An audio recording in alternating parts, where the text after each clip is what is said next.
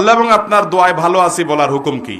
এটা তো একজন ইমানদারের জন্য অসঙ্গতিপূর্ণ কথা, ইমানের সাথে অসঙ্গতিপূর্ণ কথা। এটা কোনো সঠিক কথা নয় যে আল্লাহ এবং আপনার দোয়ায় ভালো আছি।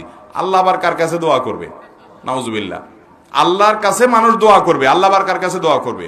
বলতে হবে আল্লাহর দয়ায় ভালো আছি। আল্লাহর, আমরা অনেক সময় বলি যে আপনার দোয়ায় ভালো আছি। অনেক সময় কি, বেশিরভাগ ক্ষেত্রে মানুষের জিজ্ঞাসা করে ভাই কেমন আছেন, তো বলে কি আপনার দোয়ায় ভালো আছে।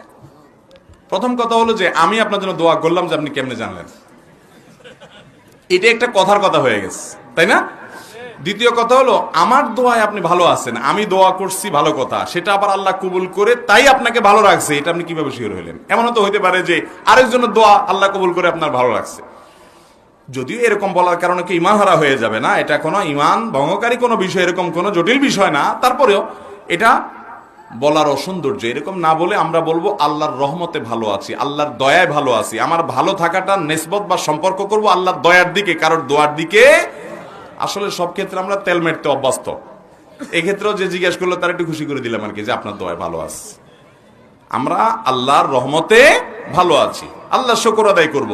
কারোর দোয়ায় ভালো আছি এটা বলবো না, এটা বলার ভুল। আমরা বলবো আল্লাহর রহমতে ভালো আছি, আলহামদুলিল্লাহ ভালো আছি, এভাবে বলবো। এটাই হলো সঠিক পদ্ধতি।